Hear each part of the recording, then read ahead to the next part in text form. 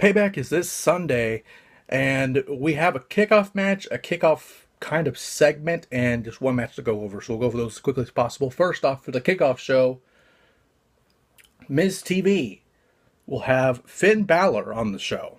And it's not really something you can predict. It's just kind of letting you know it's there because, well, I mean, Miz and Maurice, for those who hadn't figured out, for the Superstar Shakeup, moved over to Raw. And they've been kind of in a mini feud with Ambrose, who's the Intercontinental Champion, who also moved to the Raw. Chris Jericho, who this Sunday could potentially move to SmackDown if he wins the United States Championship in the rematch against Kevin Owens.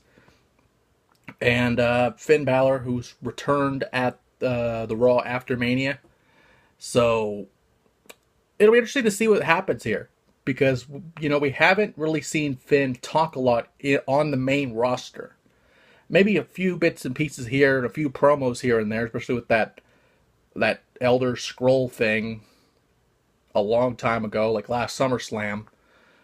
So it'll be interesting to see what they actually do. Because just looking at this, Miz TV Finn Balor, this just looks out of place. This just looks weird to me. But hopefully they can prove me wrong. Next up, the actual kickoff match. The Raw, not tag team titles, but Enzo and Cass will face Gallows and Anderson. And this is a match we've seen a couple times now. So, really, I don't really know why we're having it.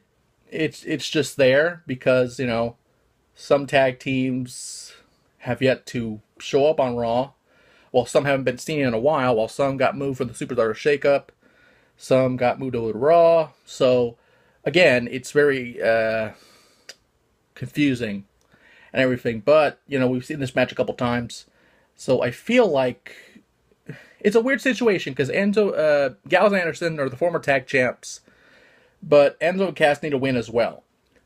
I'm just going to go with Gallows and Anderson just because I feel like they need to win more. They lost the belts to the Hardys. They lost the rematch. They need a win somehow.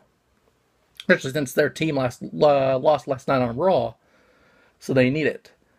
And finally, this isn't really a prediction, but kind of a weird change to a match.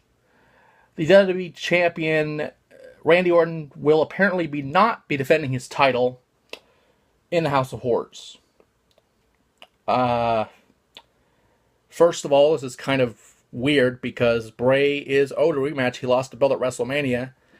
It would make sense if you didn't want to put it in the House of Horrors. We don't even know what the House of Horrors match is. All we know is the match will begin in the House of Horrors, and it will end in the arena somewhere. We don't really know where. Maybe in the ring, maybe not, but we don't know. It's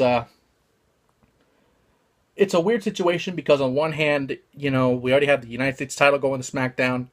But, the WWE title's already on SmackDown, but potentially if Bray were to win it, it would go to Raw, and you'd have both world titles, the world title and the Universal title, on Raw, because, I don't know. And it's weird because this also would impact, if it was on the line, the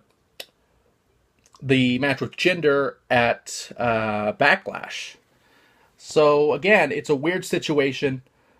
We do not know if the title's on the line, because originally it was on the line, but we don't know that to be a fact.